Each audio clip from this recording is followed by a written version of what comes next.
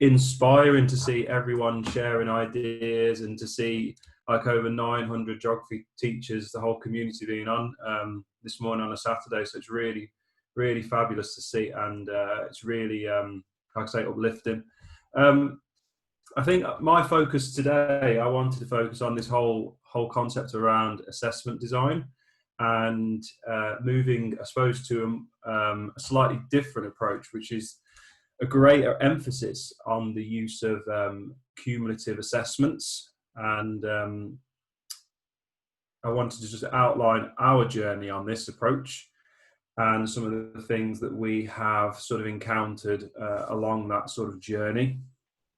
So in terms of starting point, and I've touched on this before, especially if people had listened to the feedback session I did, all of this sort of aspects that I've spoken about in sort of the recent times is around this whole concept of craft and this idea that we've got sort of 5 key core principles that we can use to underpin our approach to assessment. And it's this bit that I'm focusing on today. But I suppose really important to say is that actually all of these elements work together, and seeing them in their sort of individuality or in their own like separate entities probably not the best approach, and actually seeing them as working together is probably more important and more effective. So I suppose if I just go back in time and think a little bit about my own reflections on approaches to assessment. I mean, this is now my sort of 10th year of teaching, and right at the beginning, approaches to assessment were very different in the first couple of schools that I worked in and the school that I trained in. And I sort of broadly grouped together what I perceived during that time as the problems with assessment design. And I think that the first one was sort of the level-based assessment. I remember spending hours and hours creating like very sort of random level descriptors for assessments and attaching it to particular tasks. And often that was to really fit a school policy, which was to do an assessment every sort of couple of weeks and record some levels on a spreadsheet. And then the whole idea of benchmarking assessments, which I'm not really a big fan of, to be honest, but we won't go into that too much. And then this whole process of you having a greater emphasis. And I think I've talked when I referred to feedback in my previous talk that the quantity of feedback was sort of king over quality. And if I was to rephrase it in assessment, summative became the sort of pinnacle over formative. And I think that led to its whole manifestations around benchmarking and level-based assessments. And then fundamentally, for many reasons, assessment became accountability tools. And really, I suppose over time, we've sort of lost sight of the real value of why we assess. And actually, there should be a greater emphasis on us using formative rather than summative. And I'll touch on how our journey is sort of undertaken. There was a real good quote that I picked up from doing some research, and it said that if the purpose for learning is to score well on a test, then we've sort of lost sight of the real reason of why we want pupils to learn. And I think that stuck with me over sort of the last couple of years. So if we define assessment, Williams defined assessment as being, it's sort of it originating, and he talked about this originating from the Latin word, and this idea of us literally sitting beside someone, presumably in order to form a judgment about their capabilities. And often, I suppose that judgment has come in the form in the past in schools of awarding a grade, a level, or a percentage, or a particular mark out of, say, 10. And I think that is where there's been sort of, what I would say, some disconnect between the use of assessment as a tool for learning. So if we look at the purpose assessment, Harry Fletcher Wood wrote a fantastic book on responsive teaching. So I'd highly recommend that if you've not read that already. But he said that when assessment is formative, the aim is to reveal pupils' weaknesses so that the teacher can act on them. And when assessment is summative, the aim is to give pupils a final grade. And so there can be pressure to try to conceal and gloss over understanding. And I think this is definitely, for me, a good reflection of what I experienced in the early stages of my career. And actually, sort of flipping it on its head and putting a greater emphasis on formative assessment in the classroom has been more powerful than the use of summative. And I think that bit there about really when there's a greater emphasis on summative, pupils almost think that the learning is finished and it's ended. So if I was to take traditional curriculum design, if I was to take traditional curriculum design, it kind of looked like this, I suppose. You teach a topic on tectonics and then you'd assess it at the end. Teach a topic on coast, assess it at the end, and then development rivers and so on. And there was probably little connection between each of those assessments. And at each point there would be a sort of, if you like, a collection of data to say this is how well X, Y, and Z had performed in each class on those different sort of disciplines of our subject. And that was pretty much curricular or assessment design within my school for a number of years. And I suppose before I come on to our journey and how it's changed, and a lot of the talks today have really sort of stuck out and emphasised some of the things that the whole community of geographers have talked about in recent years, that actually, if we're going to get assessment right in the classroom, we need to move back to our curriculum itself, and we need to reevaluate what our curriculum looks like and its purpose. And inspired by Mark's curriculum map, you can see here that we gave that a lot of thought in terms of what are our underpinning themes, and we have moved away from this idea of calling them topics, I suppose, but what are our underpinning themes within our curriculum over our sort of key stage 3? How do they link with each of the themes? How do they link together? How do those threshold concepts and processes work together to then enable us to actually really think about how can we create effective cumulative assessments that knowledge over time. And then we sort of broke this down into, and Kate's talked about this today as well, which is really fantastic work in terms of movement of curriculum design.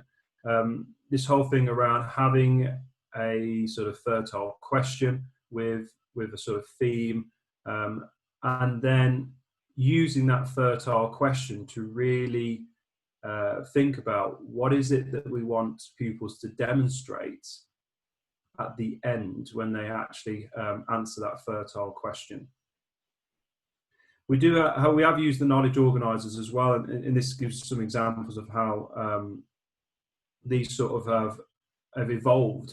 And I think obviously around knowledge organisers there are lots of debates, but we went down the route of actually as a group of colleagues forming a knowledge organiser for a particular theme is actually helpful in sort of deciding and really unpicking what it is that we want pupils to learn in terms of the concepts and processes within that particular theme. And then that can really help to decide how we're going to best formulate our assessment practice to really enable pupils to show off their geographical knowledge. We have curriculum checkpoints, which is really a key part of our assessment structure. You can see here our journey in terms of a particular theme, and then we have the checkpoints within that journey. And then we have our knowledge checklist as well. And again, these are all of these different aspects of creating our curriculum and formulating it have really been powerful in terms of spearheading our sort of assessment design as we move forward.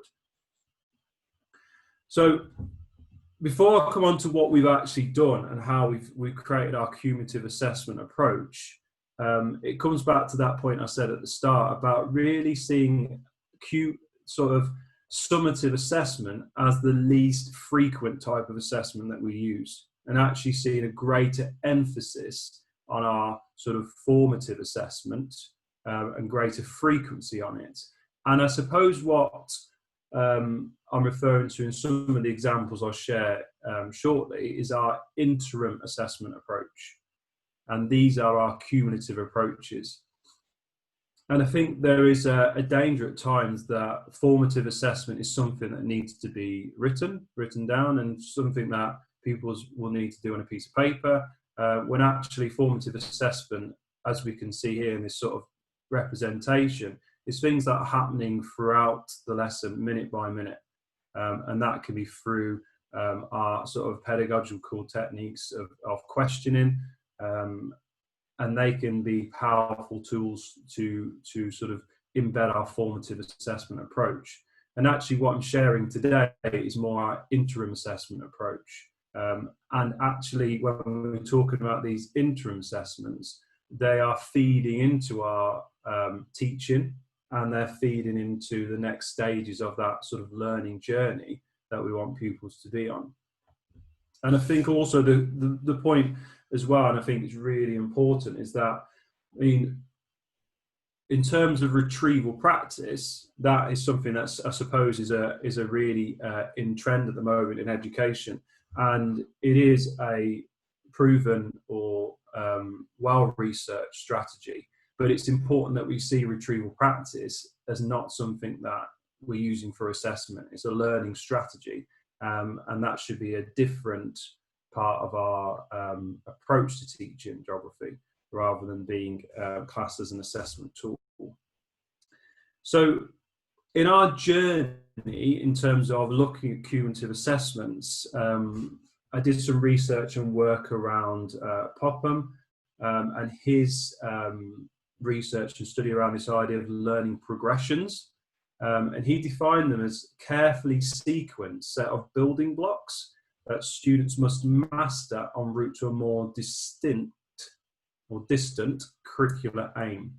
And in this case, I suppose for geography and what I've shared so far, we could see our distant curricular aim as our fertile questions and attached to the themes. And then what is it that we want pupils to know and understand at the end of that particular journey? That's the more distant curricular aim. And then we've got these learning progressions where they provide the building blocks of the sub-skills and bodies of enabling knowledge.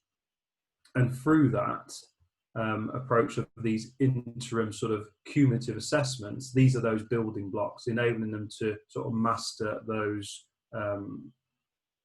aspects of knowledge that we want to know at the end of a particular journey.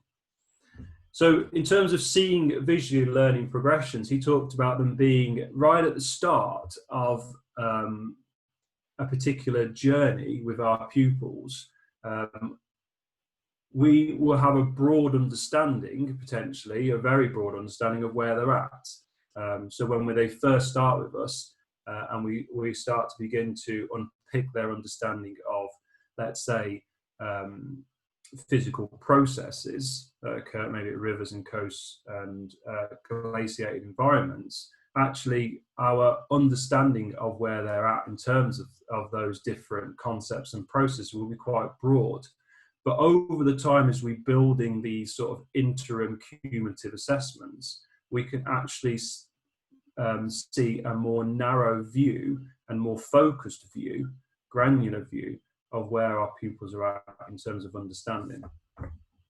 And so for me, this comes back to what do we want assessment to look like sort of every day, week by week, month to month, and over the year of our particular curriculum. And this for me is really important in terms of visualizing how it would look. So we've set up a interim sort of cumulative curriculum and assessment approach, whereby each assessment builds on the previous assessment. So the underpinning concepts and processes that we are looking at in one of the themes will link in with the next assessment. So that's that building blocks that I've just referred to, they build cumulatively over time and increase in terms of the level of concepts and processes that we want them to be able to demonstrate. So that each one links together, and as you get towards the end of a particular sort of set of assessments, there's a degree of difficulty and complexity in, say, the third or fourth one compared to the first and the second one. So in terms of that first journey, how do we want it to look? That's how we wanted it to look. We wanted them to build over time. We wanted them to be cumulative and not be in isolation that they have been in the past.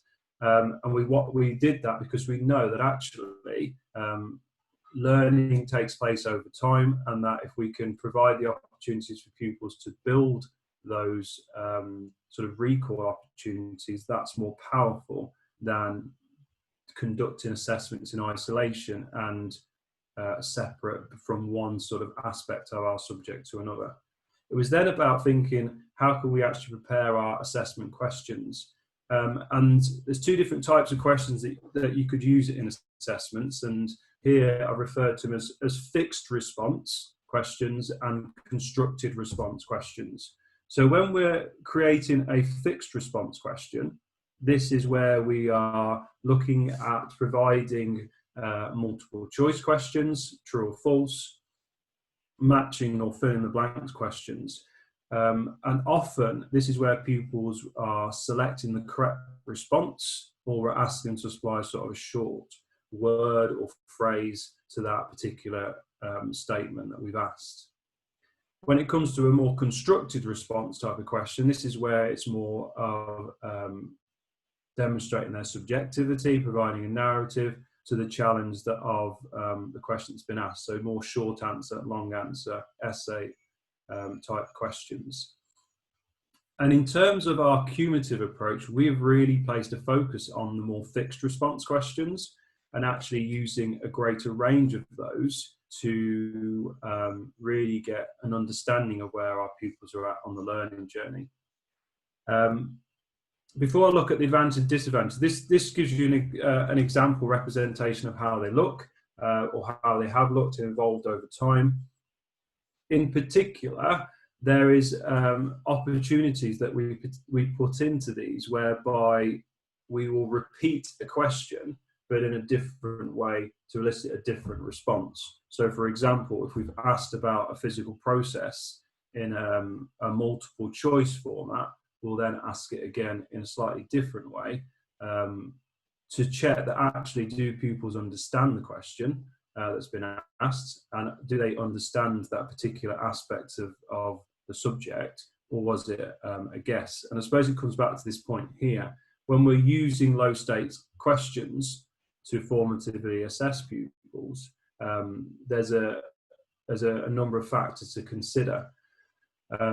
Particularly, it's usually assessing low order thinking skills, and usually it can potentially create some false knowledge through the distractors that may be put in place. And to really get some effective, and we grappled with this over the last couple of years, to get some really effective questions, it can take time. But we really wanted to place an emphasis on these cumulative assessments, that it was purely about knowledge and not about application of knowledge. So this is all about knowledge over time, and each one of these cumulative assessments building knowledge. And you can see another example here as well. More importantly, it may not be noticeable straight away, but this isn't just one topic on this cumulative assessment. This is multiple topics or multiple concepts and processes within geography. So in here, you've got examples of them demonstrating their understanding in relation to geology, but also around coastal landscapes. What it's enabled us to do moving forward is to use these as low stakes, to really get to grips with what knowledge pupils know over time, to build in opportunities to level them in terms of difficulty, and then also to get them to be proactive in becoming more self-regulated learners at the end of each of these cumulative assessments. And that has enabled us not to increase any mark load, like sort of marking load for us as teachers. And actually, pupils are using that sort of assessment checkpoint or learning checkpoint to really decide where they're at in terms of their knowledge acquisition. I suppose then, in terms of bringing it together, what is the next steps? Well, if pupils are still at the lower end in terms of understanding the aspects that are on here, then we start to build it into the start of the lesson through retrieval practice. And that sort of brings it together then, and we're sort of tying in what is the purpose of us doing these cumulative assessments, and actually enabling pupils to move forward. Then at the end of a sort of longer period of time, and this is what I talked about really placing a greater emphasis on formative assessment over summative, is then using summative assessment to explore the sort of concept and processes over that period of time. And there is no emphasis here on marks or anything like that. We are using these assessment points, or more structured assessment points, to really assess where our pupils at in their knowledge and understanding of different geographical concepts and processes. We're not looking at giving them any marks or grades or anything like that. So yeah, I mean, that's the key bits really that I wanted to share today. I've probably done it a little bit faster than expected, but yeah, I'm happy to take some questions. Fabio?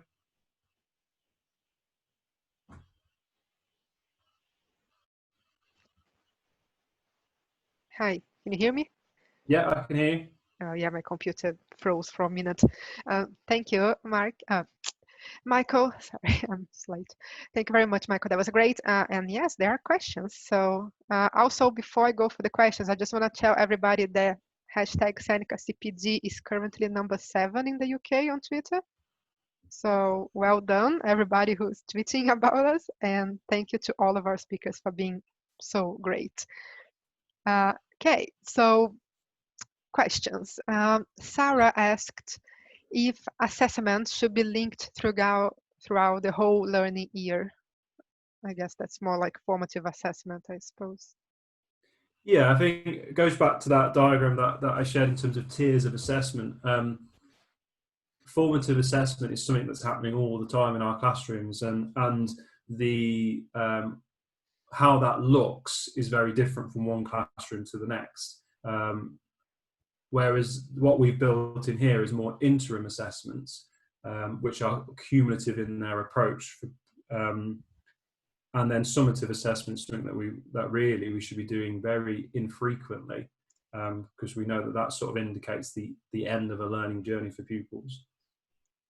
Yeah. There are several questions about knowledge organizers. So what's the best way to use them? How do you decide what to add to them? Yeah, I mean, Kate Stockings and I had some conversations about knowledge organisers, and it's always good to have the sort of debates. I think that we went down the route of having a knowledge organiser, as I said, to allow colleagues to really get to grips with what is it that we want pupils to learn within a theme. And then that enables us to really unpick what it is that we want them to demonstrate, and then how we actually going to set up those questions to really give a clear indication of what it is that they've learned in that theme. In particular as well, we've moved on with the knowledge organisers, building opportunities to use them as retrieval practice. And I think I did stress that that's not an assessment tool, but a learning strategy, and actually building some sort of retrieval practice tickets or raffle tickets to go with the knowledge organisers. And I think Kate and I and also are in agreement that there is definitely it's more powerful if pupils are also given the opportunity to formulate and create their own knowledge organisers. Yeah. Several questions about grade reports.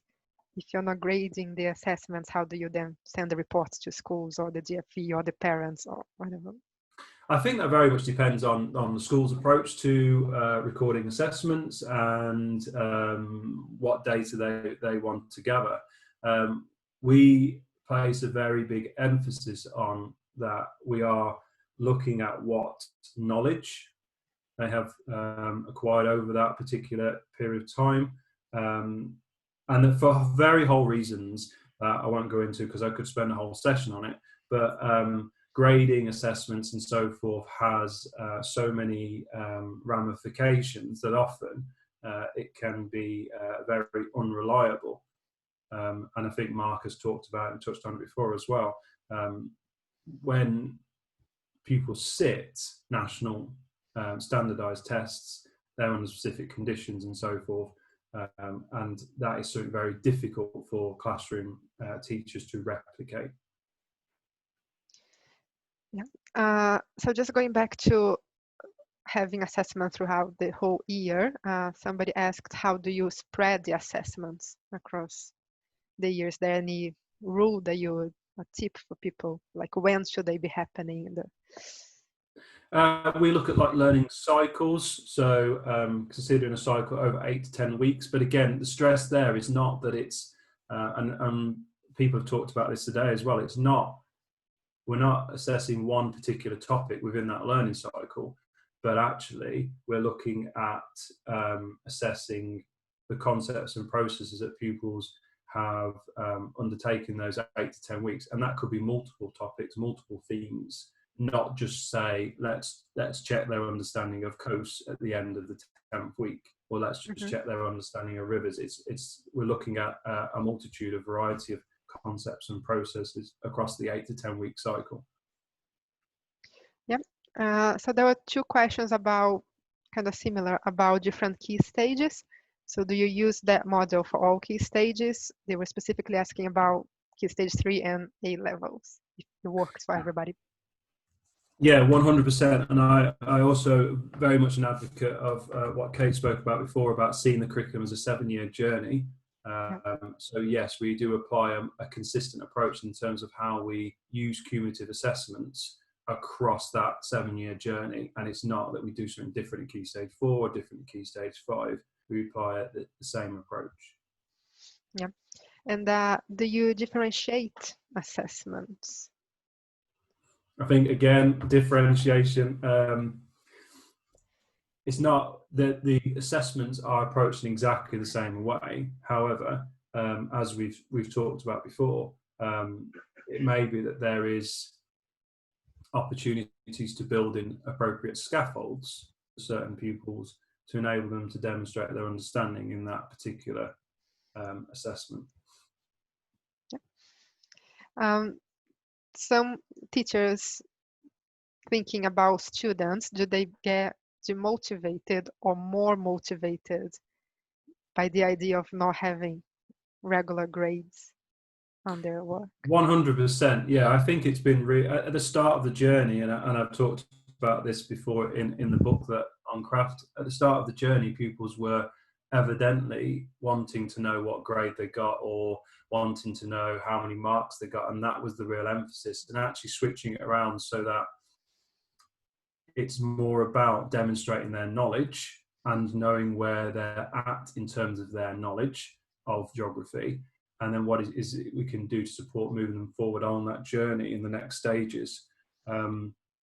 So yes, it's been a lot more powerful in terms of them really, I suppose, taking ownership within the classroom. Yeah, so they get more motivated to work harder. Yeah. There was a question about what do you think of the idea of beautiful work, which is actually something that Rachel presented a bit earlier. Would that fit within your model of assessment? Yeah, I think that I don't think there's any particular, I suppose, model of assessment as such, but that idea that having assessment cumulatively, so it builds over time. But yeah, I mean, definitely more of an advocate for pupils demonstrating understanding rather than being asked to answer an exam style question, which I think is not necessarily the most effective way to demonstrate understanding. And I think also we fall in the trap then of that geography. Learning geography is about doing well in a test, which is not really what we're aiming for. And I mean, we definitely moved down a route of this idea of greater application of knowledge. So where there's opportunities for pupils to demonstrate their understanding. And I suppose what that sort of the beautiful work sort of concept sort of fits in with that. We refer to it as a silent and sustained opportunity within sort of a lesson. There was a question that's more like a philosophical questions, but can assessments be reliable, valid, and inclusive? I think it depends on what you're using the assessment for, what the purpose of it is for. With our more low stakes approach to our interim assessments, I suppose there's an opportunity to generate more valid data, which is purely focused on, because it is low stakes, because it is multiple choice, maybe a gap fill or open response, true or false. We're really getting a clear understanding, do pupils know that particular concept or process in geography? And as I said, we deliberately repeat questions, but in a slightly different way. And I suppose, Fabio, that sort of is what underpins the Seneca's platform as well.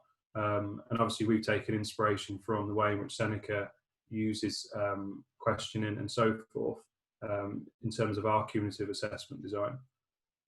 Yep. Thanks for mentioning us again. And just reminding everybody, I forgot to say that at the beginning, if you want to hear more about Michael's ideas, he's written a free CPD course on the Seneca platform. So you can just go over there and read more about the craft of assessment. Okay, more questions. Do you build in time to revise with students before the tests? Well, we build in our curriculum so that it is always about, and that's the R of craft, about students having time to, and the C, to condense learning and reflect on learning, to create powerful learning notes. So actually, the traditional idea of maybe doing a revision lesson or revision week or and so forth in the past isn't really necessary anymore, because pupils are continually reviewing knowledge through our retrieval practice, and also we're spacing that practice out. We're interleaving the different concepts and processes, so we're not seeing the geography topics in isolation. And I think, and some people touched on it before, we don't teach rivers, coasts, and glaciated environments separate anymore. At Key Stage 3, we look at it as a more thematic approach to them, so we look at them together. And I suppose it links quite well with the talk on synopticity as well. Is your model following the school assessment policy, or is it something that you do it in your class, or is it something that became part of the school policy? It became part, or it has become part of the school policy, yes.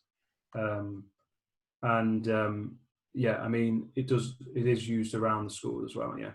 Yeah. And I think that's obviously important, instead of just each teacher doing their own.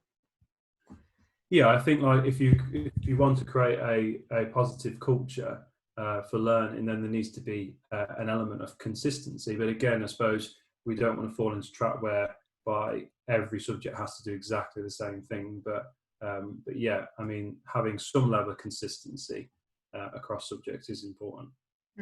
Yeah. Somebody's asked for more information on how you do feedback, how you feedback to students after the interim assessments. Well, there's a whole presentation on that, isn't there? Yes, so I did that a few weeks ago for Seneca. That is on Yep. on YouTube. Yes, that's true. Yeah. I can share the link later, Yeah. but yeah, if you can just do a 1-minute presentation on that now. Yeah, I mean, really, I saw an example of the feedback that we give in one of the cumulative assessments, which is very much about, because it's low stakes, there is a right or wrong answer, and therefore pupils can self-regulate and can check if they've understood those particular concepts or processes that we're looking at, and then the key bit here is about bringing it all together. So we then move that into next steps. What do we want them to do for the next steps? Is it something that we need to put into the start of next lesson through another retrieval practice exercise, or explicit reteaching of that concept or process? So we're joining it all together, and I think that's the key part about any sort of curriculum and assessment, is that they join together and that they are interwoven along with the feedback.